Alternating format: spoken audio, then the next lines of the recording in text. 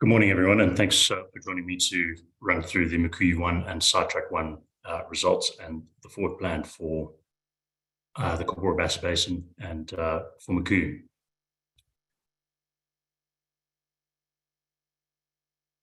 So to recap the announcement that we released this morning, firstly, there was an amendment lodged. There was an earlier version that didn't include some details of the reservoir, particularly the calculated porosity and the gas saturation. So please read the amendment announcement rather than the original one that was posted. I've just put this here for completeness, but what I will do is run through a summary of the ASX announcement, firstly of the results and then of the forward plan. So firstly, the log analysis from the wireline logging that was completed indicates multiple gas and also potentially light oil bearing units. Elevated gas shows up to 135 times above background and fluorescence throughout the upper Angwa. We also had evidence of charge through the unit above that, the Pebbly Arcos, as well, which bodes well for other locations within the Mukuyu structure and within the basin.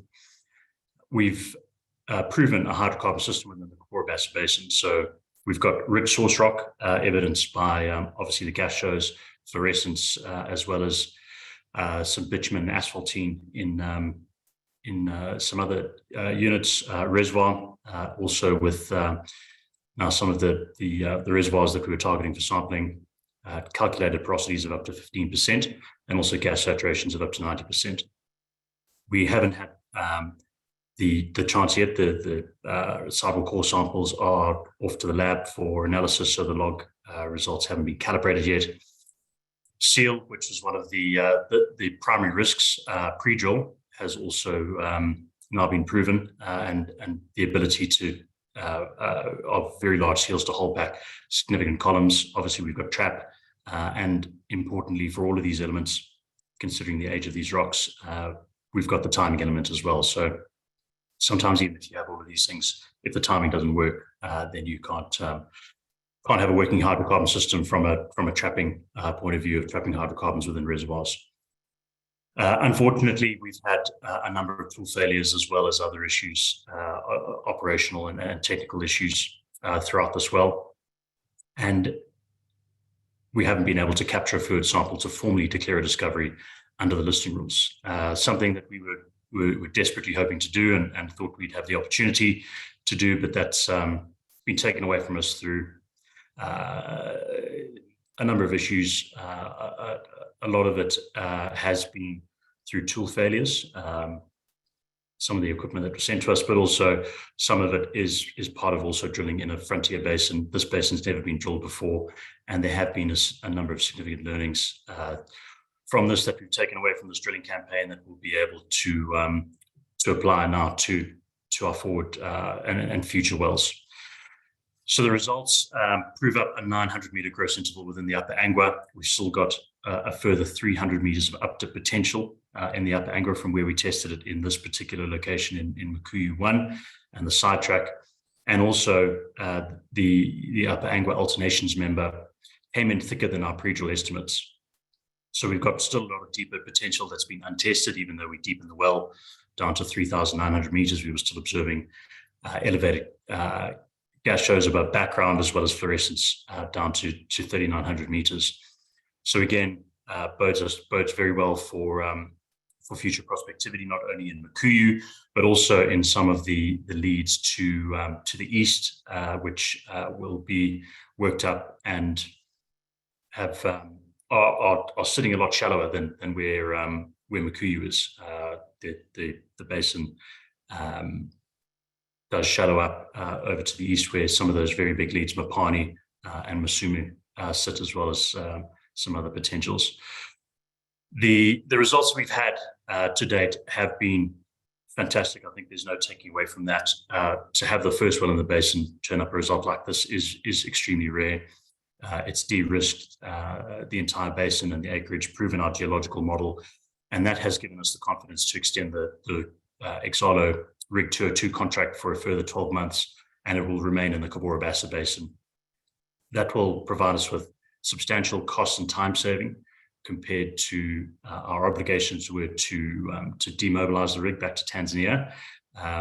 It was due to go to some other operators there potentially who were looking at taking on the rig, and then we would have had to remobilize it back to Zimbabwe. That's not only expensive, it's also very time consuming and a huge amount of effort, as was demonstrated in the original mobilization from Tanzania. So we came to an agreement with Exalo to stack the rig, and that will provide us with a number of benefits. Exalo are going to carry on some maintenance and also some upgrades, particularly to the mud system with rig 202. It will allow us then to go and source additional long leads. We're going to be relooking at the mud system. I think that's one of the things that's contributed to some of the issues that we've had with some of the sticky hole conditions and degradation in the borehole. And again, this is all about learning what the rocks respond to with the mud system. And we have been flying blind a little bit with this first well in the basin, but nevertheless, it's a significant result with this first well with Mukuyu. Typically, these take multiple wells to unlock. If we look at examples from East Africa, with Uganda and the Albertine Graben, that took 6 wells before the first discovery. That's now 2.5 billion barrels later. The Lokacha, the original Loparot-1 well was drilled and then left alone, and subsequently Africa Oil and Tullow came back and made a discovery with a second well in the Lokacha Basin with Mukuyu-1, and after that, the running room that's established, the success rates from there, go towards 85%. So I think everyone should bear that in mind, even though we didn't achieve the fairy tale of formally announcing a discovery from capturing a fluid sample from this basin. Nonetheless, it is a fantastic result. We have significantly de-risked the basin, particularly going in here with the primary risks were really around the presence of source rock and the presence of seal. And that has now, been proven. Very, very thick seals, capable of holding back very large columns. The basin's always been perceived as being too sandy, not enough seal or shale around, and that has well and truly been disproven. And then finally, the presence of source rock, we saw evidence of it at outcrop, where we were able to track it back into the basin. We always thought it would be more developed in more basin width. So from the west, where we've got the outcrop, over to the east, or further east, where we've been drilling, and sort of in the basin center. And with the shows we've had, with the source rock samples that we've captured, with the fluorescence that we've had, this clearly is a very, very rich source rock, and probably that's the most important thing, because without source rock, you're wasting your time drilling in any basins. So these two elements, have been established in the basin, and that is a fantastic result, just even on its own. Never mind the shows and the proving of a working hydrocarbon system. So what that does for us is it substantially de-risks Mukuyu. We believe that's been thoroughly de-risked on the southern flank, but also for other prospectivity within the basin. We've seen evidence and similar evidence from the seismic in other prospects, and this will now allow us, from the results we've had and the data we've gathered from Mukuyu-1, to integrate that into the seismic, to integrate it into our geological models, so we can go away and refine drilling locations, not only for Mukuyu, also for other prospects, and then integrate that into the basin margin, which is a separate play. We've also got the 200 horizon, which has been penetrated in what looks to be a suboptimal location, right close to the fault plane, and had poor porosity at this point because of some complex mineralogy potentially associated with the fault smear and gouging. But we did see evidence again in the 200 series of hydrocarbons with elevated resistivity. And that bodes well for remaining locations in the Mukuyu structure. So we've got a huge portfolio now, a de-risk basin, a working hydrocarbon system, and some very good results from Mukuyu, bar the formalities of acquiring a fluid sample. So we're excited about this result. It is a very significant result for the first well in the basin, and I think context needs to be taken of how hard this is to do, what it's taken in other basins to get to this point, and what those basins have delivered subsequent to this. So I think there will obviously be a lot of disappointment, and for me and our team, we're disappointed that we weren't able to provide everyone with the ultimate fairy tale of a discovery with the first well in the basin. We've been very close, and unfortunately, with all of these issues that we've had, it's prevented us from completing that. But nonetheless, we're extremely excited about the results, and we're planning now for a much longer term future in the basin, and looking forward.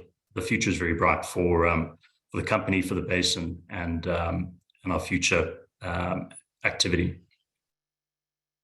So looking at the forward plan summary, we'll complete operations on the sidetrack.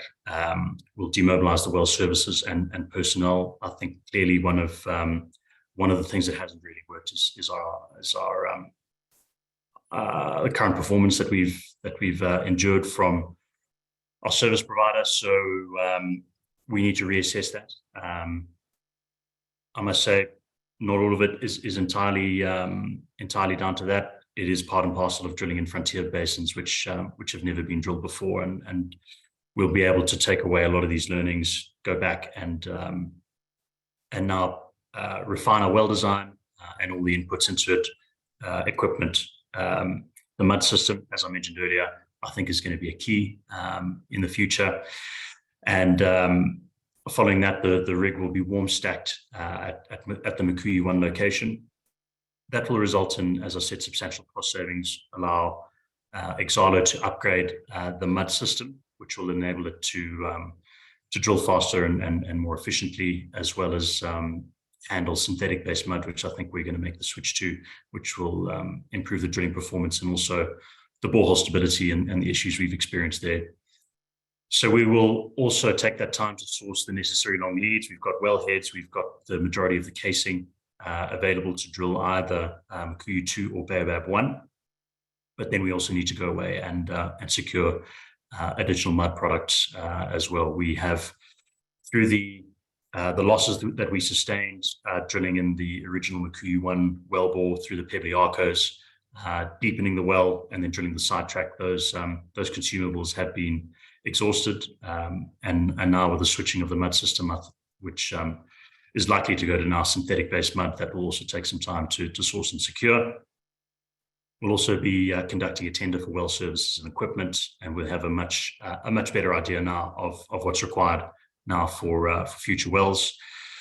We've gathered a very comprehensive data set, and which we'll be able to calibrate the seismic with the log data that we've acquired, and then also calibrate the log data with some of the sidewall core data that we've acquired. So that will be primarily the porosity and permeability.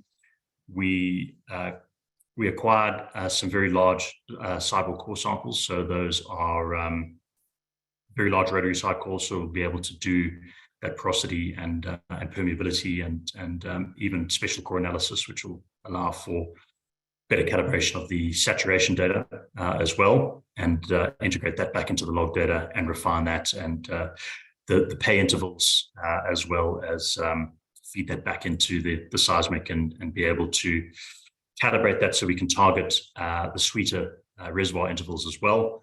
And I think significantly we are still 300 meters down dip from the crest of the structure at the Upper Angua location, and we've got a much thicker Upper Angua interval that we penetrated in Mukuyu-1 compared to the pre-drill. So having a primary target that is substantially thicker than your pre-drill estimate, again, is a very, very good result.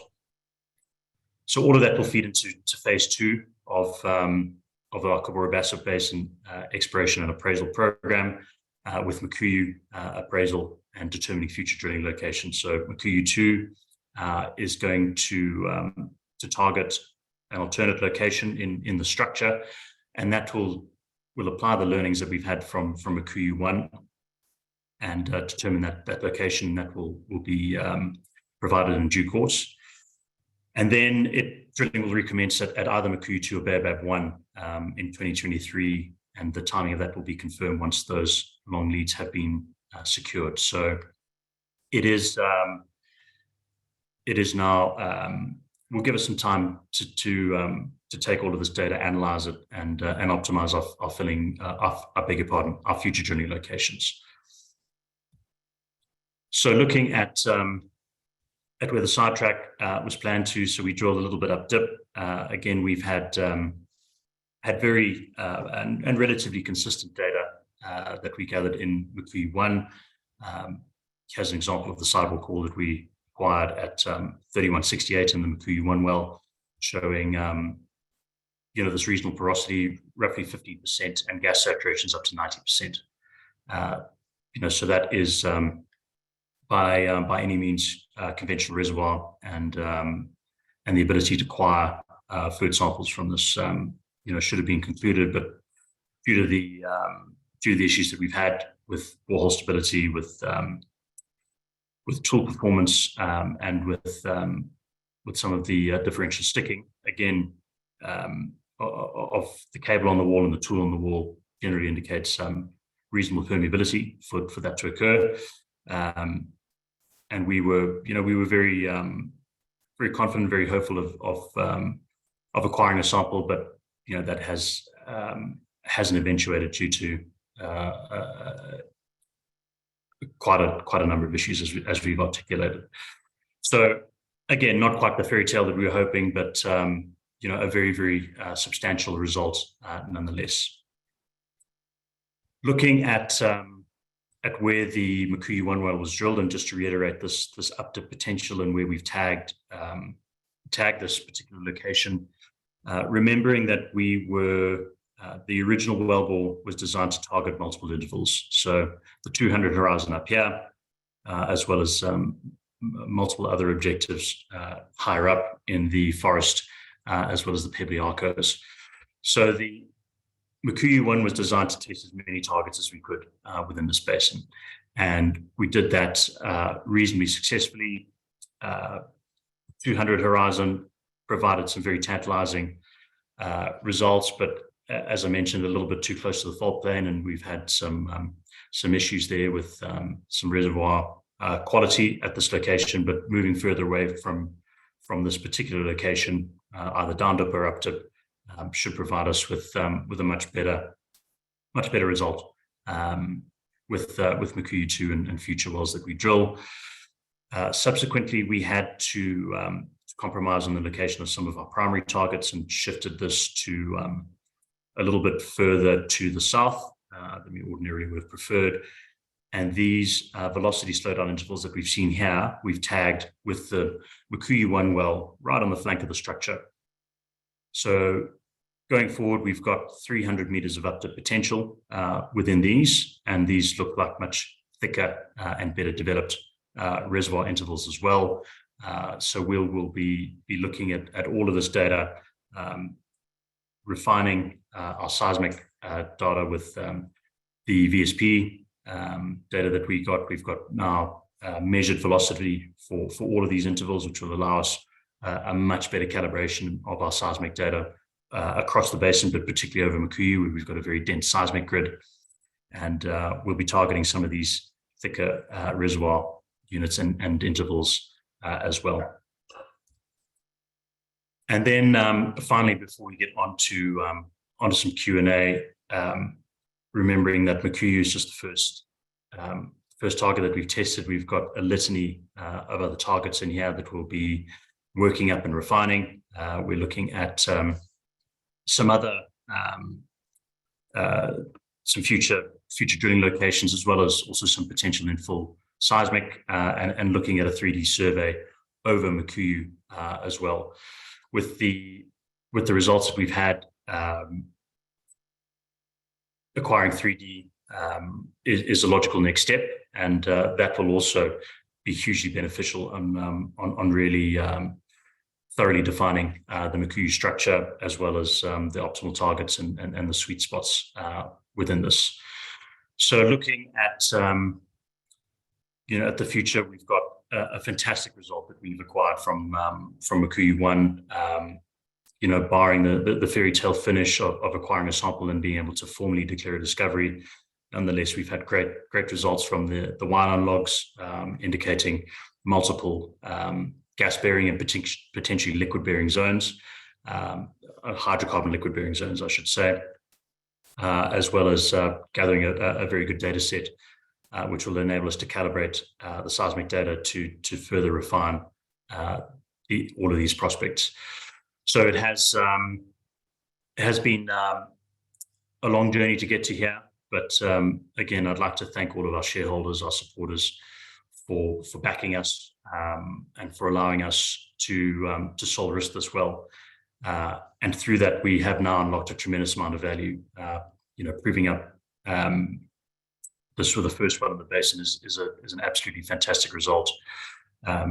And again, just reiterating that this typically takes a number of wells to get to this point. And so, we've got a lot of work ahead of us to do, but also it will provide us with this break in the campaign to go away, to utilize that time to integrate all this data, refine our drilling program and our parameters and our well designs, and target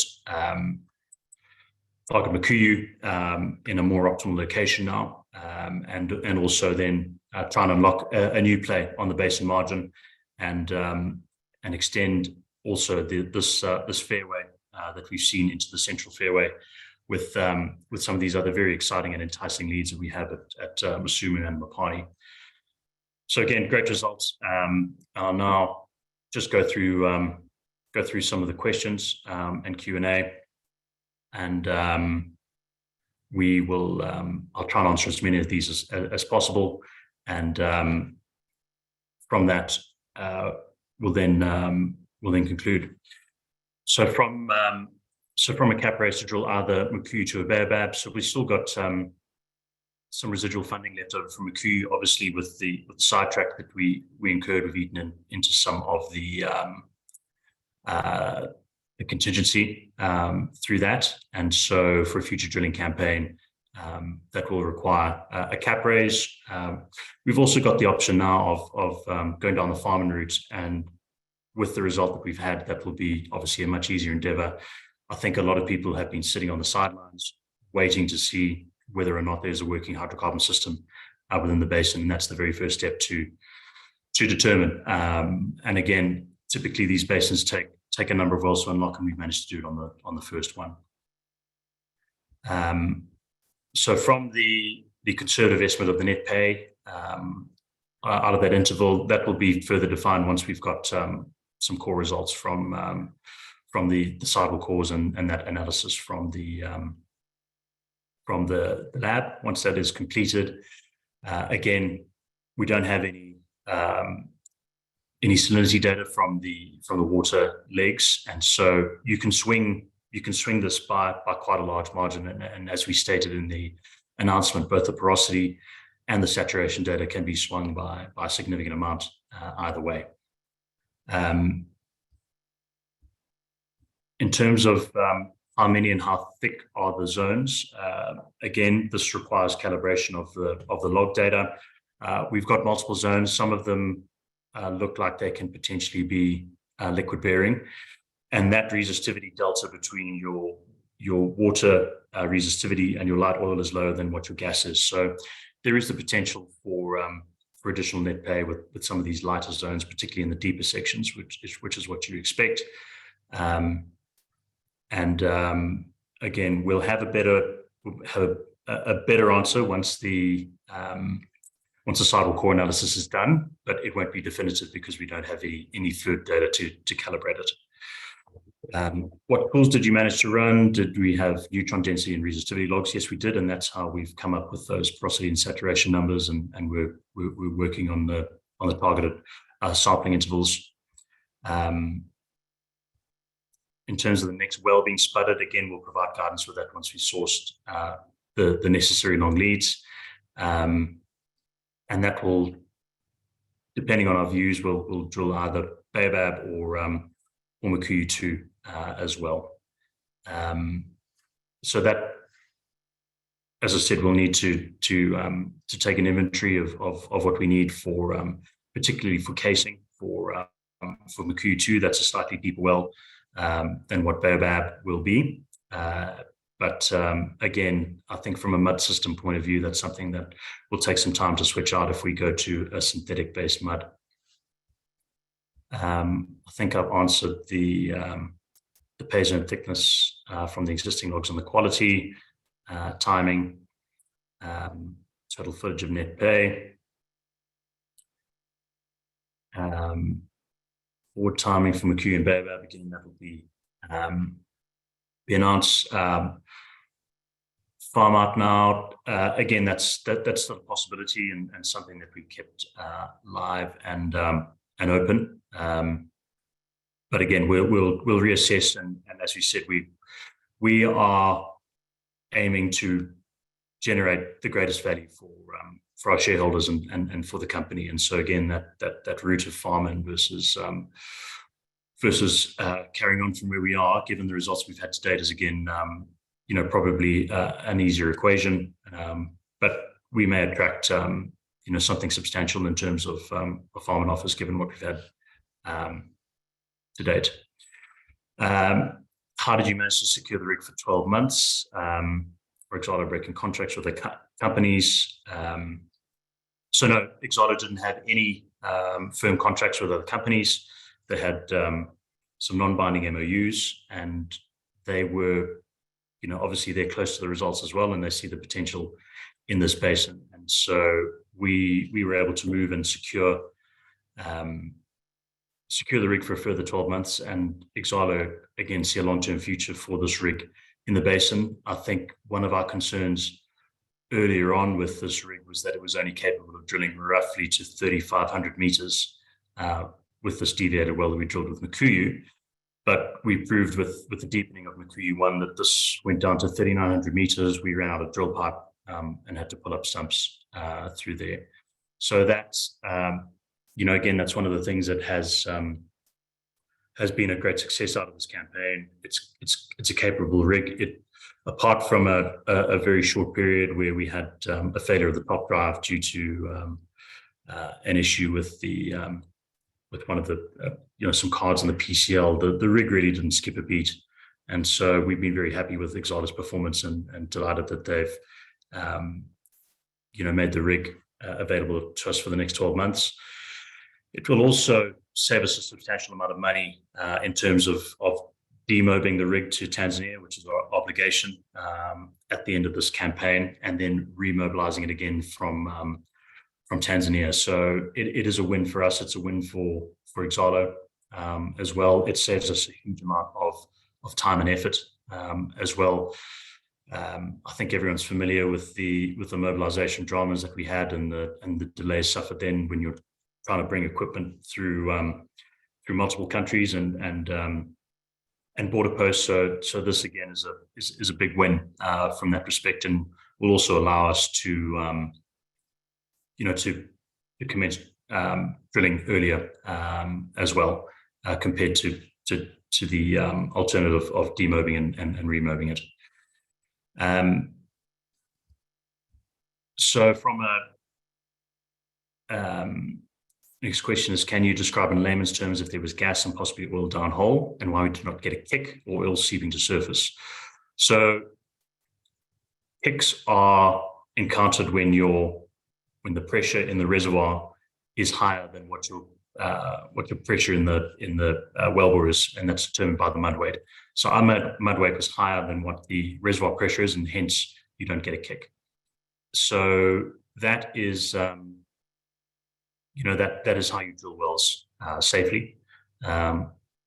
You can drill for kicks in some basins where you have a very, very well-defined pore pressure gradient for the basin, where you know exactly what that pressure is going to be, and you can plan to circulate out that kick drilling in this basin, we had no idea what the pore pressure was. And so if you're drilling into something and you don't know what it is, there's a chance that you're going to have an issue. And taking a kick is not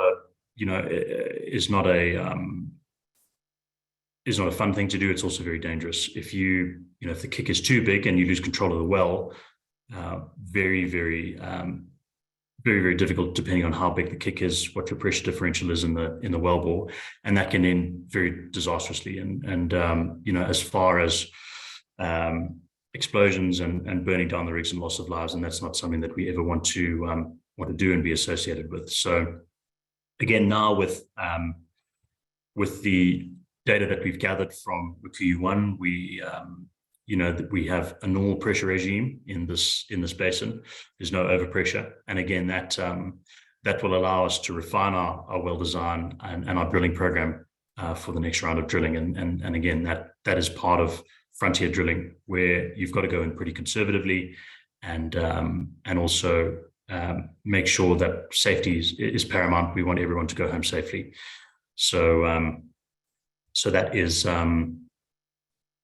something that we will now be able to calibrate more finely for the future drilling campaign.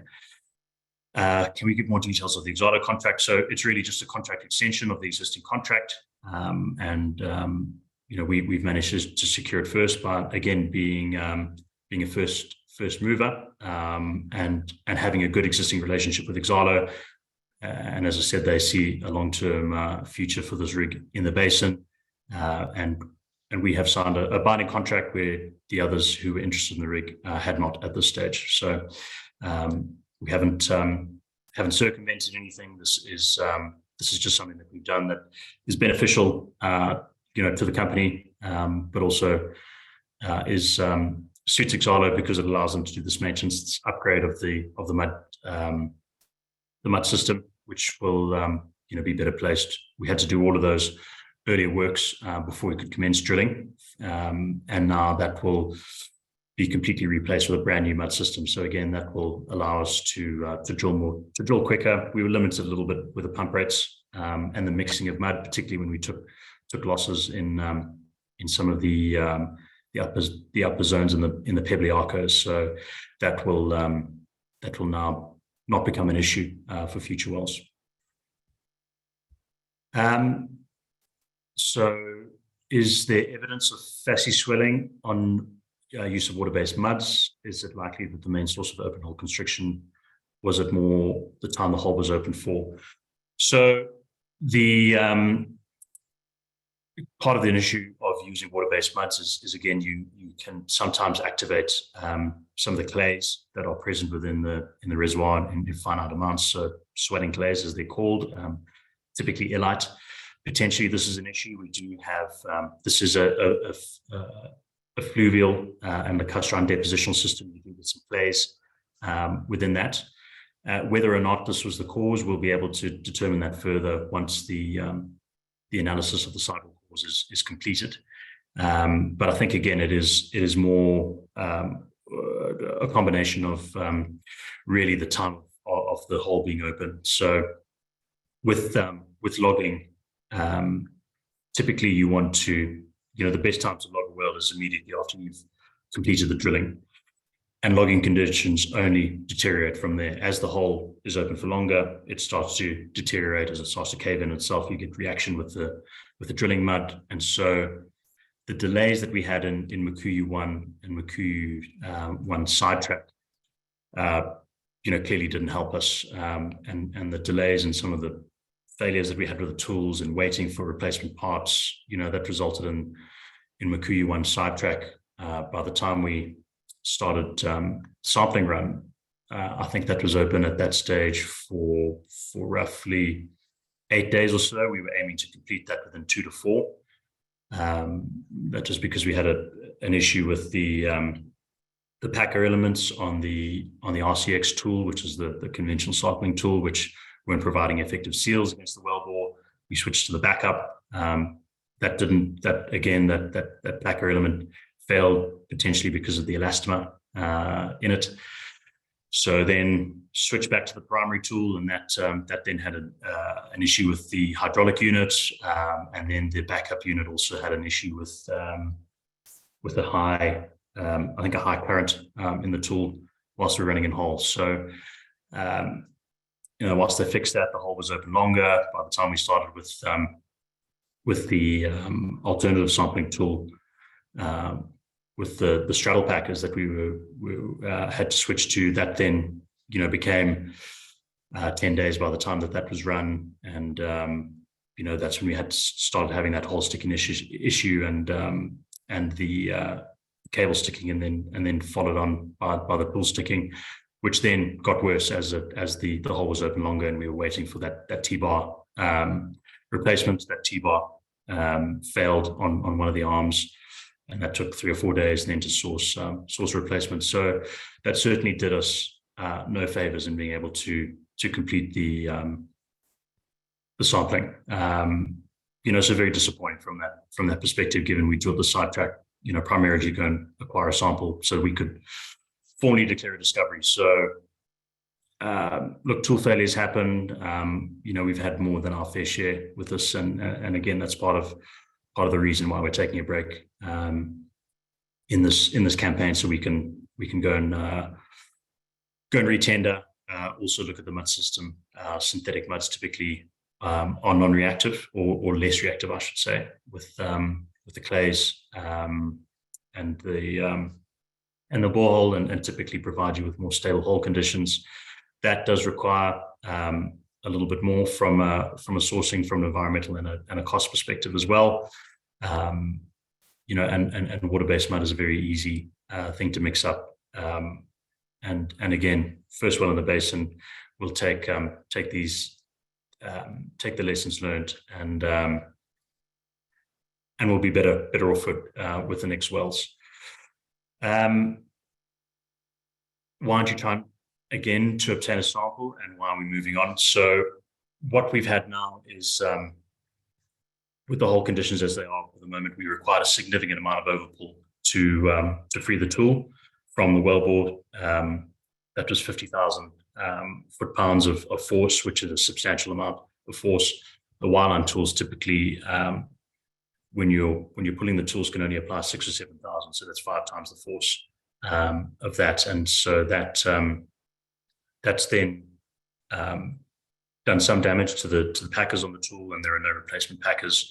The backup tool is still out of action. The hole conditions have worsened, and if we try to go in there again, we'd get this differential sticking issue again, and be trying to fish a tool out.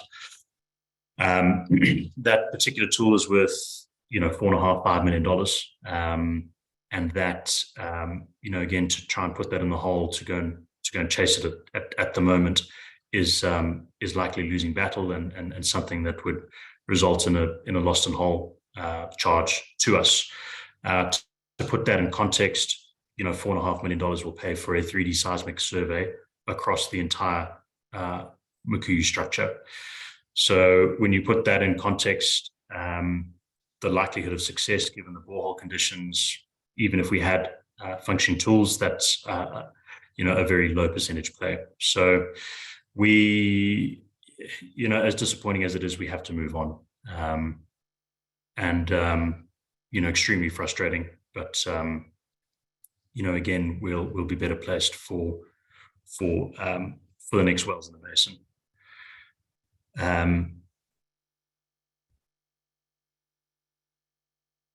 So there's some questions about service providers. There's a little bit to run on that, so I don't want to get into it too much. Obviously, there's not all of the services had issues. There's still a number of them that we would use again, that's not and certainly I think there's been lessons learned on all sides from this campaign, and that's not to say that we won't ever use any particular service provider again. It's just we'll be better informed for the tendering for the next round of drilling. In terms of getting a quick sample from the 200 horizon, again, I went through this at the time where we had when we went through the 200 series and the potential to sidetrack that, that's all now behind pipe. So again, that's not a possibility at this stage.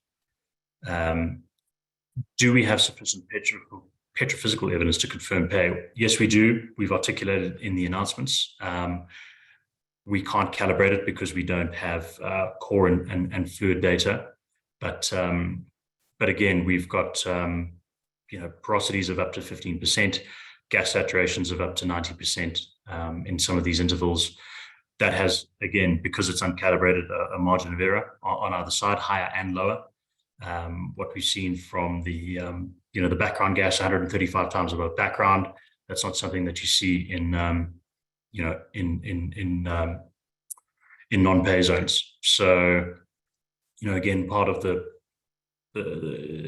rationale for going after this sidetrack was to go and go and grab a sample from these pay intervals. But as we've articulated, we haven't been able to do it because of a variety of issues.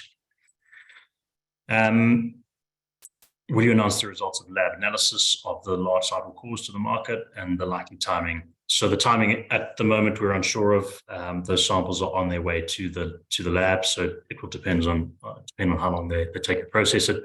We've also got the mud gas data that we've captured. So those are samples of the gas that come up through the mud system, where we capture fluid samples if they are above a certain threshold, and typically whilst you're drilling, you capture them every 5 to 10 meters, depending on your parameters, which is what we've been doing. So we'll be able to take those gas samples that we've acquired to analyze them to help refine the basin modeling, particularly the source, the maturity of the source rock, and the migration.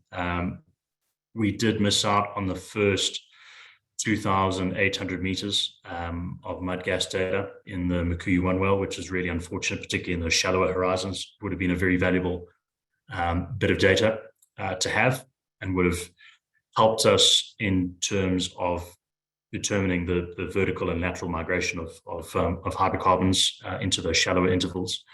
So sadly, that has that hasn't happened, again because of that failure of the mud gas system throughout that interval. We had some issues. The chromatographs were changed out in the sidetrack with brand new ones. Those also failed, and we had to switch those out. So we missed out on, again, another, I think those eventually switched on roughly at the same depth, maybe 3,000 meters or so. So we've missed out on a bit of data there. So, but we've got mud gas data over and mud gas samples, which we'll be able to analyze over the upper Angua interval, which will be again really valuable in calibrating that basin model, where the hydrocarbons have migrated to, and the likely timing of that as well, which is another important factor. Will Mukuyu-2 be a straight well? So Mukuyu-2 is likely to be a very less deviated well. So won't guarantee it will be straight, but it'll certainly be less deviated than what we've done so far. We, from a deviation point of view, the sidetrack had a little bit of more deviation at the kickoff point than we would have hoped. So we had to go and read that out. Drilling more vertically will also allow us to drill deeper as well, given the rig. But we got down to much further below than what we anticipated. And again, with the synthetic mud, that'll also help as well.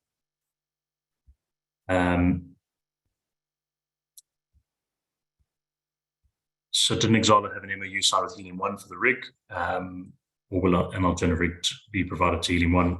Look, I can't comment on Helium-1's rig situation. They had an MOU which was non-binding, a similar situation that we had at the end of 2021, signing an MOU, but subject to that, there was still contractual negotiations and a binding agreement to sign. And we have obviously move to secure the rig for further 12 months with a binding agreement that provides Exxaro with some certainty. And as I mentioned before, they see a long-term future for this rig in the basin, and we're happy to extend the contract as soon as we brought it up with them. So yeah, look, unfortunate for Helium-1 and their plans, but we've got to do what's best for our company, and we've secured now, and we'll be able to move forward with a great rig that'll be in better condition with the upgrades and the maintenance that'll be done before we continue with the next campaign. How we mitigate future drilling complications and equipment failures. So I think I've articulated this previously. So learned a lot of lessons. We'll be switching out some equipment, refining our drilling design and well design and parameters, and again with the rig now being upgraded, and that'll also help in terms of our drilling performance.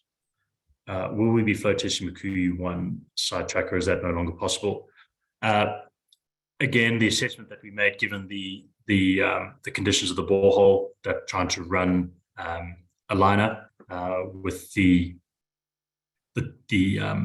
we had some sticking of the drill pipe as well when we were pulling out of hole. Again, often indications of good permeability because you've got when you've got higher mud weight in the hole than when you do in the wellbore, it wants to flow from high pressure to low pressure. If you've got impermeable rock, that doesn't happen. But when you've got permeable rock, that's where you get that differential sticking. So with the drill pipe beginning to stick, running casing is going to cause us some issues. And again, that's a lesson learned now for the for the next set of wells, and we'll be able to refine our mud weights in the particular horizons. We did have much better drilling performance with the sidetrack with a low mud weight. We didn't encounter any losses in the Pebbly Arcos, but once the borehole started to degrade and that mud cake started to break down and the borehole started to break down in some of those what looked like more permeable intervals, that would cause us some significant issues. We would have likely got the liner stuck, and again that then adds further complications on top of it. So sadly, Mukuyu-1 won't be flow tested, but that's something that we'll plan for the next definitely for Mukuyu-2. Can additional Mukuyu targets be reached from the existing well site, or do you need to create others? If so, what would the timeline on that be, months or years? So once we've selected a location, we can push a well pad out in anywhere between 4 and 6 weeks, given we've built 2 of them now. That has our contractors, our civils contractors are well versed. They know exactly what to do, and that process and that timeline will become shorter and shorter. So that's not an issue in terms of a new well pad. It really is just around now selecting a well location, and that will be done once we've integrated all this new data and had a chance to reflect and also plan for the new wells.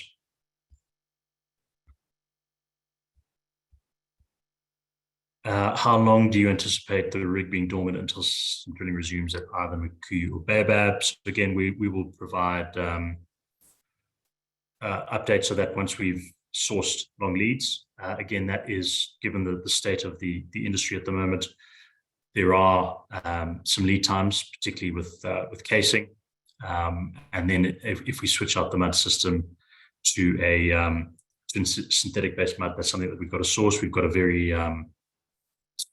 good local provider that we've had now that we sourced additional products from the region, rather than some of them that we were ending up sourcing through our well services provider. Some of it's only just turned up to the well site. Again, we've had issues in that respect, and that caused some delays. We had to go and source some of this stuff on our own, but that's again, it's been one of the good things that's come out of that campaign. We know now what we can be self-sufficient with, and what we can, or what we rather need to, to get some of the bigger service companies to provide. So certainly from a mud system, that's something that we'll be able to handle ourselves. We'll be able to involve some of the smaller independent services companies as well, and not have to have a big integrated service contract as we need. And we've also got a lot of interest now from some of those other service companies. Again, they see a long-term potential in this basin, and once you have big appraisal and development campaigns, that's obviously a very attractive contract for some of those groups. So everyone's going to put their hand up now, and we'll be able to go and tender that and get a much better deal for the company and value as well, and handle some of the things ourselves that we know that we can do now, because we quite frankly, we were forced to do it because we had to scramble and make a plan to keep things on track. Will we be able to have site data from the Mukuyu-1 and the sidetrack prior to future drilling? So yes, there'll be lab results out and also seismic results from once all of that data is integrated.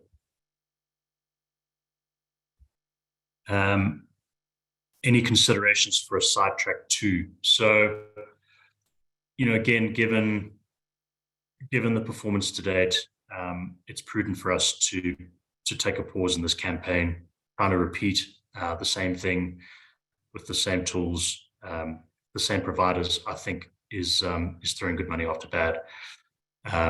We've also got the opportunity to integrate that data and go and pick a more optimal location. It has been the very first well in the basin. So again, this typically takes multiple wells to do. And so it is a fantastic result.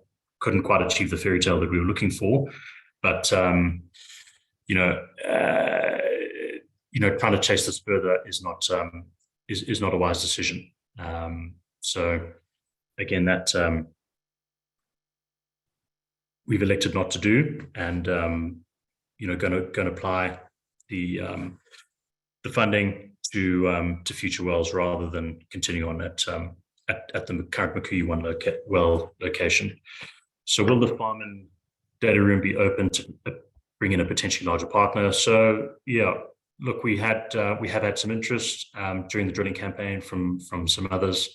That is something that we can reopen, and that again, with the results we've had, provides us now with a much stronger case and a much better bargaining position in terms of our future farm out. So again, that will be that's something that's on the table, but we'll pursue the optimum value route for our shareholders and the companies as we've done previously. Can you outline why you think the performance has been so poor? Look, again, I don't want to get into this because there's still some things to run. Again, not all of it has been poor. Some of the stuff could have been planned better, communicated better, and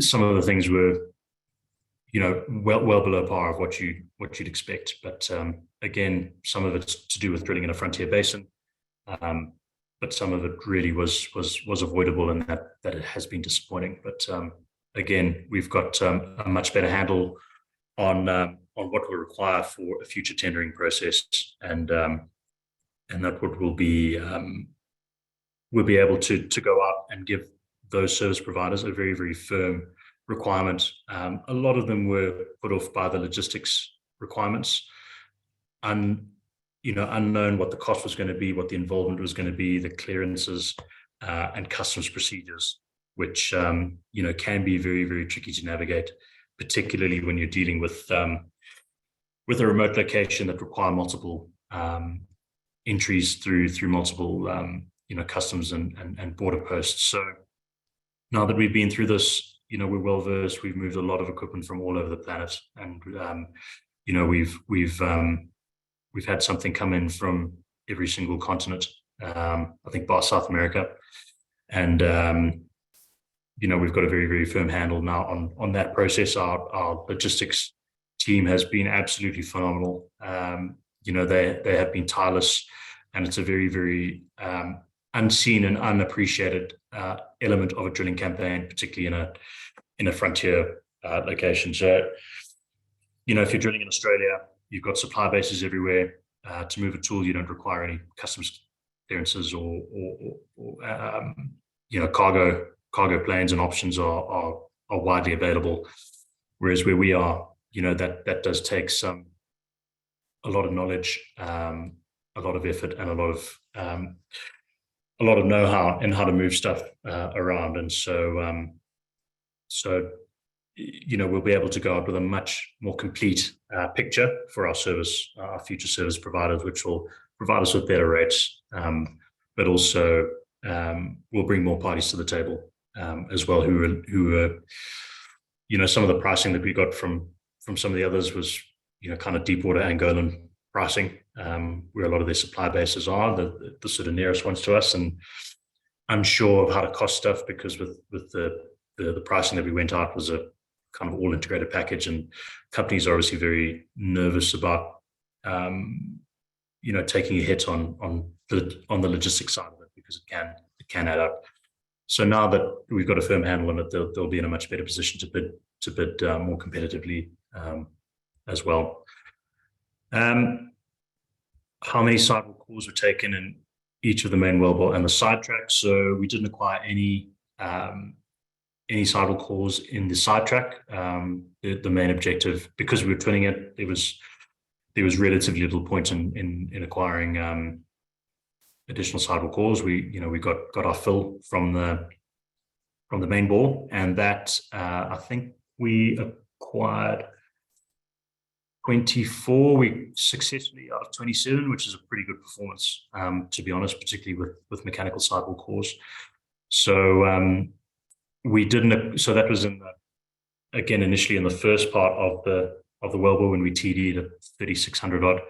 We didn't acquire any sidewall cores in the deeper part, so between 3600 and 3900, because we had the issue with the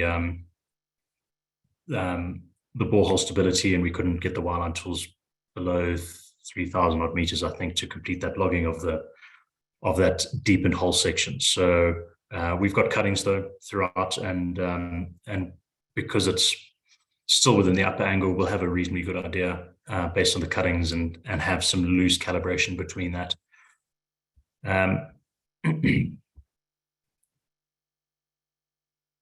So what are the key considerations to drill Mukuyu-2 versus diverting to Baobab? I would think Mukuyu would need to be proven first. We'll take an internal view with the team as to what we should drill first. Obviously, we've unlocked the play with the Central Fairway play that we have with Mukuyu, with Mopani, with Musumu, which looks very exciting. Got all the petroleum system elements. We've got the upper angle, and one of the things we initially thought of was, maybe even drilling Mopani first, because it is shallower. It would have been a cheaper well to drill, but didn't quite have the seismic coverage that we needed. And Mukuyu, we thought, given the proximity to where we see the source at Outcrop, was probably the best well to drill first. But we see a really nice flat spot at Mopani across a 50-kilometer interval that we've defined, and that looks like a really nice follow-up.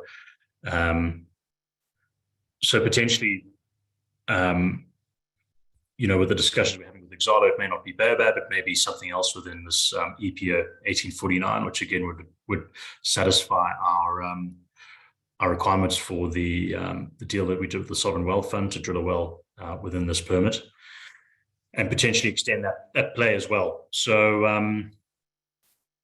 whether it's Mukuyu-2, whether it's Baobab, whether it's Mopani, we'll have to see. We've got to go away and integrate all of that data and do that work. But if I was a betting man, I'd probably say Mukuyu-2 at this stage. But again, that's just very early thinking. At this stage, we've got some work to do to go away and integrate all of that data. Can we do another sidetrack to obtain a sample? So again, as we said, I think that that's not the right decision. at this point because of the challenges that we had with tools, with performance, and also the borehole stability. So, we'll the next one will from a Mukuyu point of view, and obtaining a sample will be in Mukuyu-2, and that will be an appraisal well. I mean, there are hydrocarbons in the rocks. That's indicated from those wireline logs. We've got a high quality data set from those primary logs, which are gamma ray, resistivity, density, neutron. Those are all of the things that you do to or require to determine where your hydrocarbon intervals are, and then you go and sample from them to prove their existence, that they're movable. So there are hydrocarbons in the rocks, porosities of up to 15% and gas saturations of 90%. You cannot kill that no matter what petrophysical parameters that you use. So there are hydrocarbons there. So from an appraisal well perspective, this is in the appraisal well category.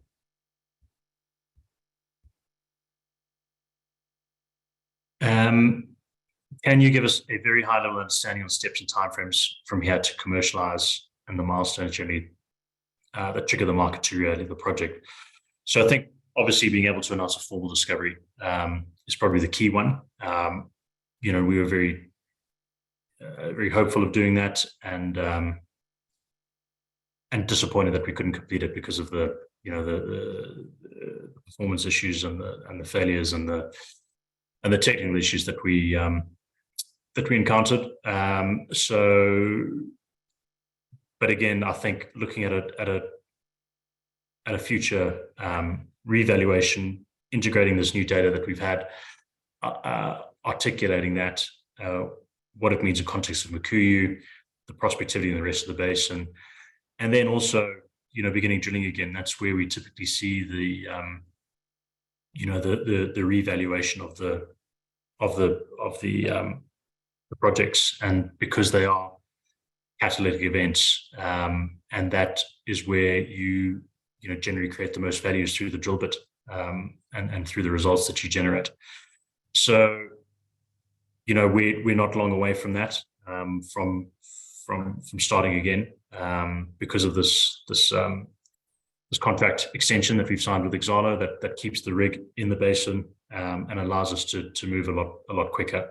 We've got most of the long leads that we have. We've got to refresh a few of them. We've got to go away and integrate this data and find an optimum location. But again, I think probably the re-rating will come once we've released some further results, and then once we start drilling again, and that's what everyone looks for. Those are the big catalysts.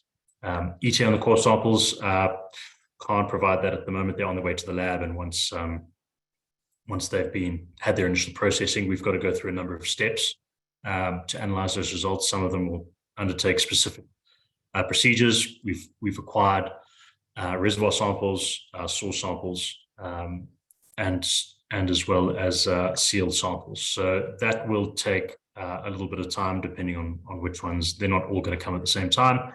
But again, I don't know what the workload is of the lab that we've sent it to at the moment. So once they've received the samples and we understand what, and some of them will undergo different processing, whether it's routine core analysis for porosity and permeability, and then potentially also special core analysis, which takes quite a bit longer.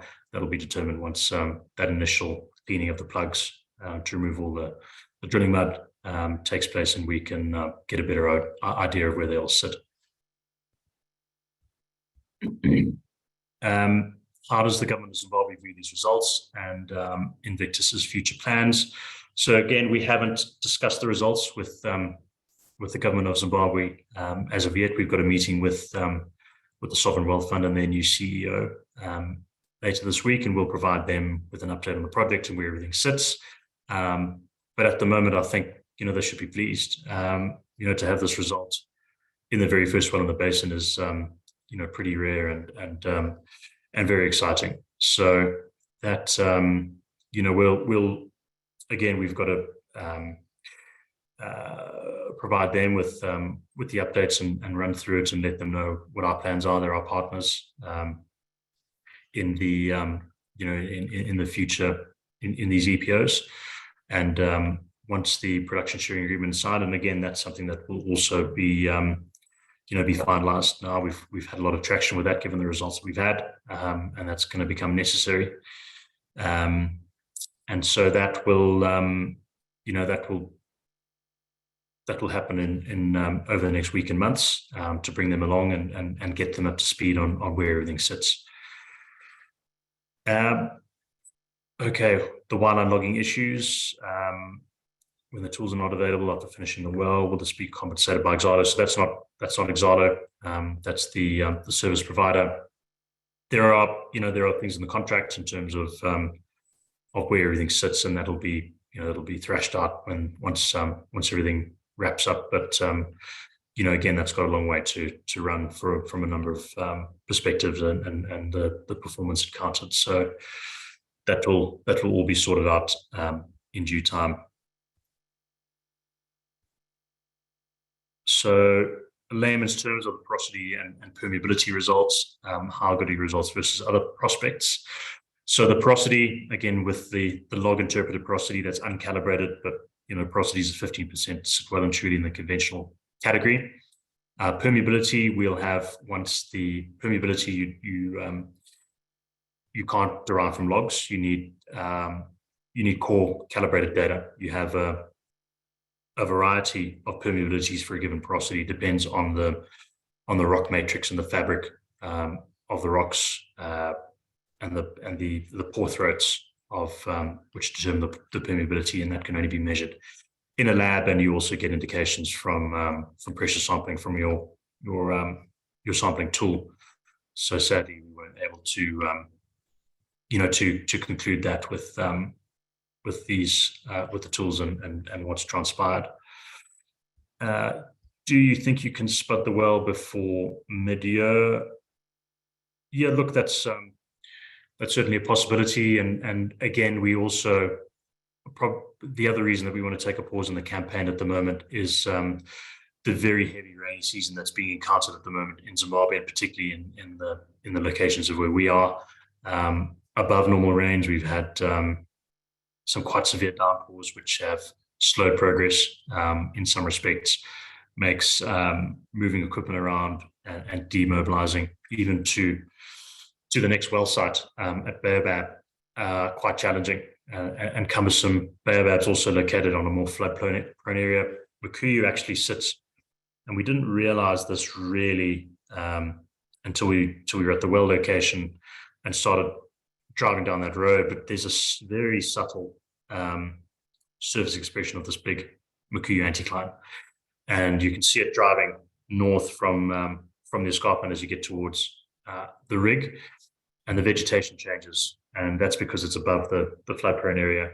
Whereas in this middle section between Mukuyu and Baobab, that is often a floodplain, and particularly in the heavy downpour, there's been flood warnings for the basin forecast by the Met Department this year. And again, that is something that is a concern. And if we get into a situation where we're in active operations and we have significant rainfall during that does pose a risk.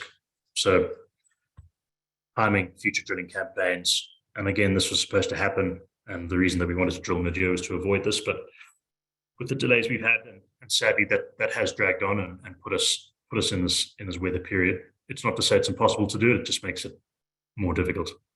So that is that's where we are planning to do this. So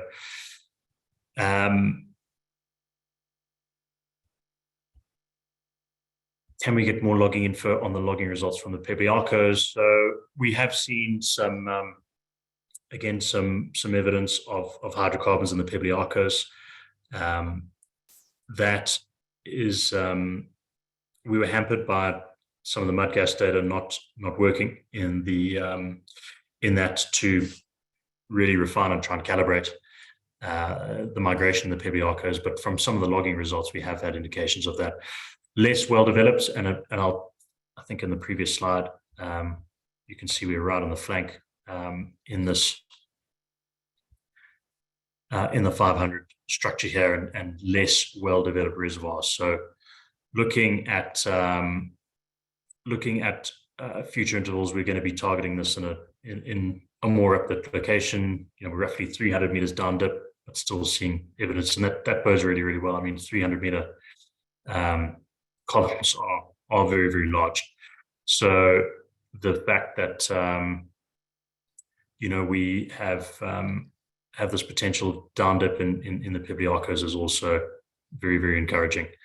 But again, we'll go and integrate all that data and go and look for optimal locations, to target Mukuyu-2, and Mukuyu-3 and Mukuyu-4 and the wells after that as well. So,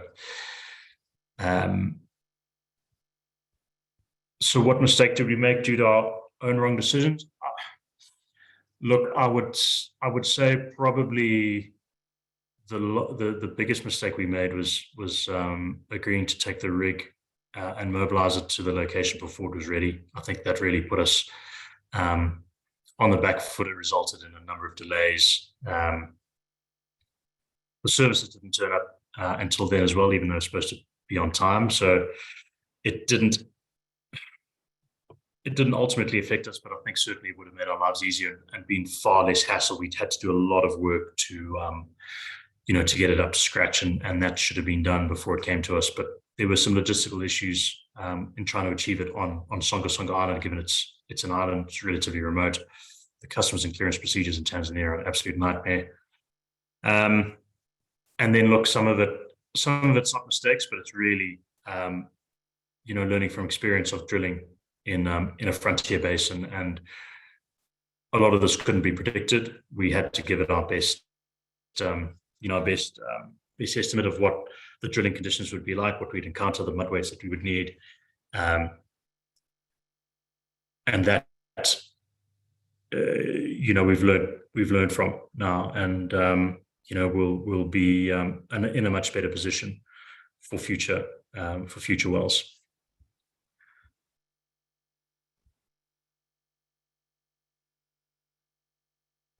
So why can't we run in some encasing and do a case hole flow test to retrieve a sample whilst we've got the rig still there? I mentioned this earlier, but the borehole conditions that we've got now, the significant amount of differential sticking that we have with the drill pipe, even just running in the hole, trying to do a wiper trip. The hole has now been open for Quiti on the 17th or 18th of December, so that takes us roughly to 16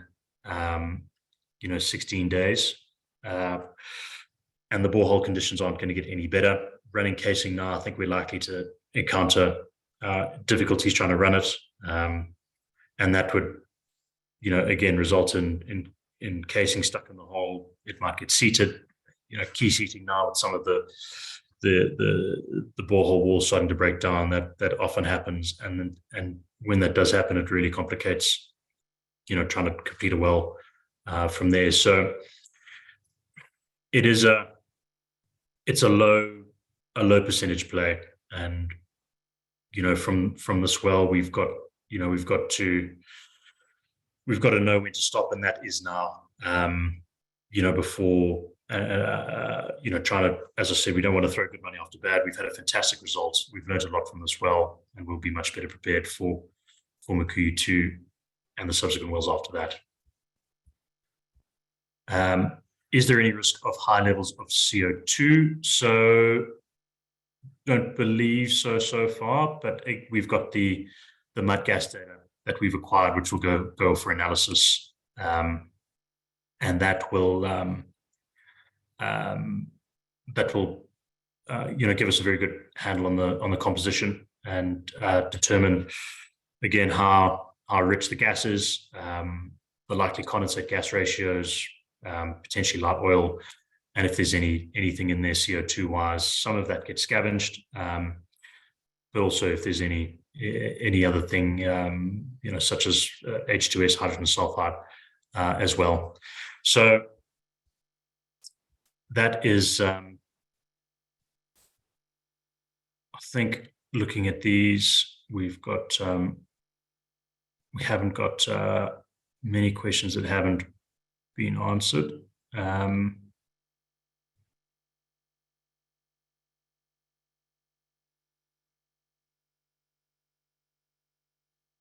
Okay, one last one with leaning towards Mukuyu-2 with currently available data, possibly targeting up dip in the lower reservoir more discreetly.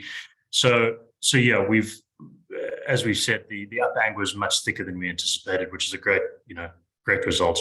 And that we've had 900 meters of it that we've penetrated so far, but we've still got looking at the seismic data, we've still got possibly another 500 or 600 meters beneath that as well, which bodes very, very well. We've also now got the opportunity to go and look at the outcrop where we've seen some of that very good reservoir quality. Look at where that fits into in the sequence of the up angwa. Calibrate it with the seismic data, and then we'll be able to go and target that more effectively with Mukuyu-2 as well.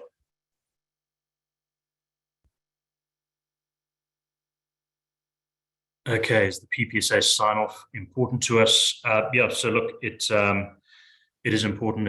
It's again, it's not compulsory. It's something that we're putting in a voluntary basis to bring Zimbabwe up to a more regional government tech. So that's that's something that that's necessary from ensuring that the country benefits appropriately from her resources, and also providing us with long-term fiscal stability, so that the rules don't change. And we know very, very well, and from a development funding point of view, obviously lenders want to know that, and what the fiscal and legal arrangements are. So the PPSA will be finalized. That will happen in earnest now, and we've got again these high-level government meetings happening over the next few weeks, and so that will enable us to conclude that. There's been a lot of movement and a lot of work in the background that we've done pre-Christmas with government to finalize this, and that will kick off again now that the festive break is will wrap up and everyone's back at work next week. So that from a government perspective, so that will be concluded, and we'll be able to move on and put that to bed finally, which I'm sure everyone is looking forward to, and so are we. So would you estimate the system to be more gas prone, or are you encouraged by the liquid potential? So the source rock in the upper Angwa, we've always stated, is capable of generating both oil and gas.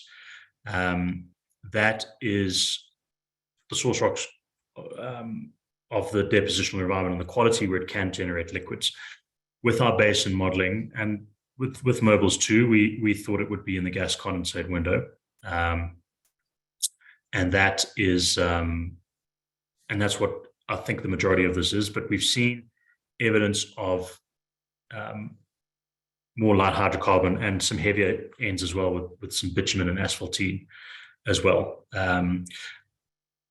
That was probably also present in the original well bore, but we had a change in the well site gears, and sometimes some geologists see something different in the rocks when they're looking at it under a microscope. And the one who was sitting on the sidetrack interpreted the asphaltene and the bitumen samples. So that is evidence of some heavier hydrocarbons. So definitely liquid. But we also think that this has gone through multiple phases of generation and charge. It is because the structure has been buried deeply and then uplifted again. It's gone through both the gas and the oil window at some stages, and so it's got quite a complicated charge history. And that is also something that we'll be able to have a much better handle on with these results. Calibrating the seismic data, using the mud gas data to calibrate the source rock and the migration history and generation of the basin. So, as we said, we think it's probably going to be more gas prone in the Mukuyu location. In some of the other locations, where it's a little bit shallower, perhaps the source rock hasn't been buried as deep. That's more likely to be liquid prone, and we've seen that liquid generation in Mukuyu. But you can have charges from lateral areas in the basin. We've got some very, very deep intervals. The depth of this basin in the northern syncline goes to 12 to 16,000 meters. So that'll put the source rock in the upper Angwa well and truly in the dry gas window. So sometimes that then is generated, it migrates, and it always comes up dip when hydrocarbons move, because they're a lighter fluid than liquid hydrocarbons. So that from that perspective, you see this in North Rankin and the North Bush Shelf, where you've had again multiple phases of generation, and quite often you get very, very rich gas with good condensate ratios, and then a light oil room at the base as well. So that's happened with Dorado. It happens in a lot of basins. It's quite common. So we think there's both in the basin. So, but great problem to have, liquid rich source rock again, and obviously I think everyone is concerned about gas monetization, but I think we've articulated that very, very comprehensively in our strategy and our agreements that we signed over the years. So that is having liquids is great, because the ability to monetize it is much quicker. Obviously, very valuable as well, and provides a really nice kicker for your economics. If you've got good liquids, it's probably richer in liquids than what has been estimated before, though. So I think from a prospective resource estimate, we were looking at an average condensate gas ratio of, I'm going to get tested here, I think it's roughly 45 barrels per million scuffs. That's probably higher now. But again, we've got to go away, wait for the results, do the analysis, and do the work, and we can come up with some new estimates as well. Assuming that the 900-meter gross interval had alternating reservoir sands and source rock zones, that's correct. That's why it's called the alternations member. And how many reservoir sand intervals there? We'll release that detail once everything's done and dusted. But that's what the alternations member is. And if you look at the stratigraphic column that we've got in some of our presentations, that'll show that. But I think substantially more seal and more source than what we expected, certainly going into this, which is good, because those are the two main risks that we've now thoroughly debunked in this basin. So I think I've answered all of the questions that are there. Again, just to reiterate, we've had a fantastic result from this, from the very first well in the basin.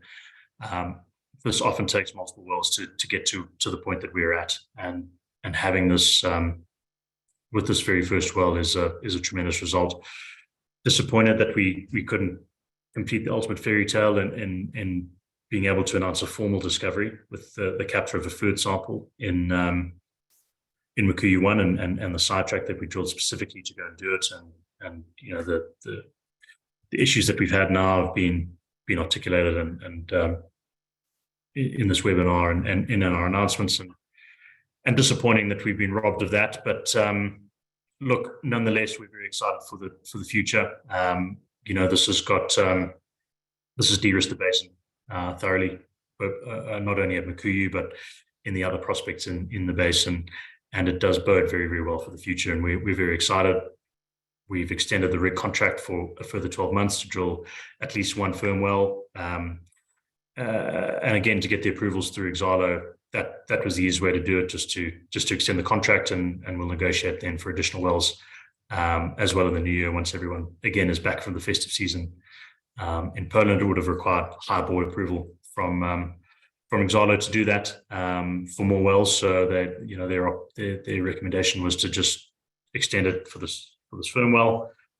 But they see again that and they're close. They're as close to this as us with this result, and they obviously see a long-term future in the basin and are excited about putting rig 202 to a long-term contract. So we've got a very good rig that's going to get upgraded.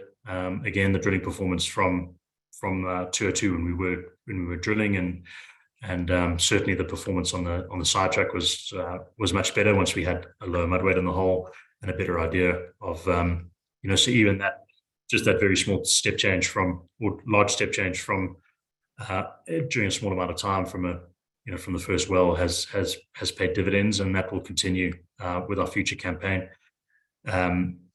We've got a great data set that we've acquired, which we'll now be able to go and refine, and also the experience of drilling Mukuyu will be put to good use in planning the future wells. We're going to get going again as quickly as we can once we've sourced some long leads and evaluated, particularly the well design and the fluids. I think is going to be also a key part of the next campaign, which will greatly assist. And again, just like to say a final thanks to our shareholders for backing us. I know everyone's a little disappointed that we couldn't acquire a sample, and that's a formal discovery, but nonetheless it is a tremendous result from the first one on the basin. As I mentioned, Lokacha that took the second well in Uganda, and the Albertine Graben that took 6 wells before that first discovery, and in the Perth Basin, before that King Ear play was unlocked, that was tested in multiple locations before someone finally tested a valid trap by accident. AWE, which was what's the field I'm fond of from my previous life. I think something like 35 wells were drilled in the King Ear before that was discovered. So this is Cooper Basin, same story. The list goes on and on. This is very difficult to do, but from this very first well, we've come agonizingly close. Disappointing for me personally, and obviously for the team and our shareholders, but nonetheless grateful to our team, both in Perth and in Harare and in other locations around the world. We've got people spread across the globe that have been supporting us. We've concluded this, well, I should say nearly concluded this campaign safely. We've had no lost time incidents or injuries, and everyone's put in their utmost and absolute best to deliver this. So thank you to them, thank you to our shareholders, and again, we'll be having a lot of news flow over the next few weeks and months as we move towards restarting drilling. And thanks again for your support. And that concludes the webinar. Again, happy to discuss further with our shareholders. I'm always open and approachable. I'll be back in Australia from next week in a more civilized time zone for most of our shareholders, and we'll be providing updates, as I said, once further results filter through. So thanks everyone. Take care. Hope everyone's had a good festive season and well rested, and look forward to providing updates for the company and obviously the project very, very shortly. Thank you.